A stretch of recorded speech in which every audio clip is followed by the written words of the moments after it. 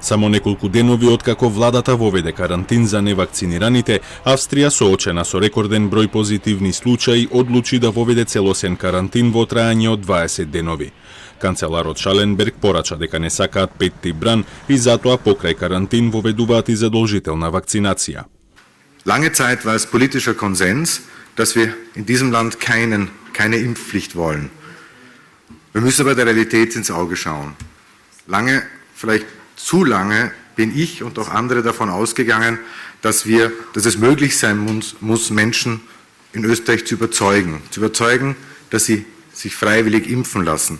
Рекордни 15.809 случаи беа регистрирани денеска, а стапката на инциденца е исклучително висока и изнесува нешто над 990 случаи на 100.000 жители.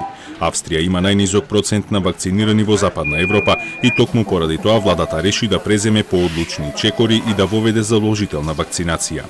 Австрија е првата членка на Унијата која воведува целосен карантин, но и останатите земји во кои четвртиот бран ги полни болниците воведуваат слични мерки. Словачка и Германија, исто како и Австрија пред неколку денови, воведуваат ограничување на движењето на невакцинираните, а делумен карантин се воведува во Холандија и Чешка.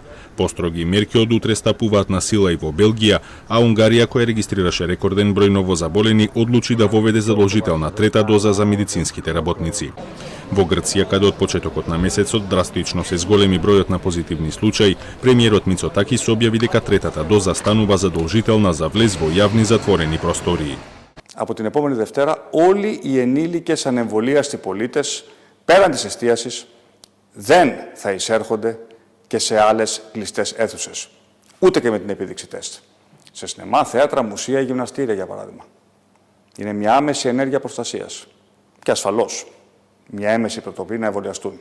Русија во моментов е најтешко погодената европска земја и веќе трет ден поред бројот на починати достигнува нов рекорд, а вкупниот број на починати од COVID-19 во земјата е најголем во Европа.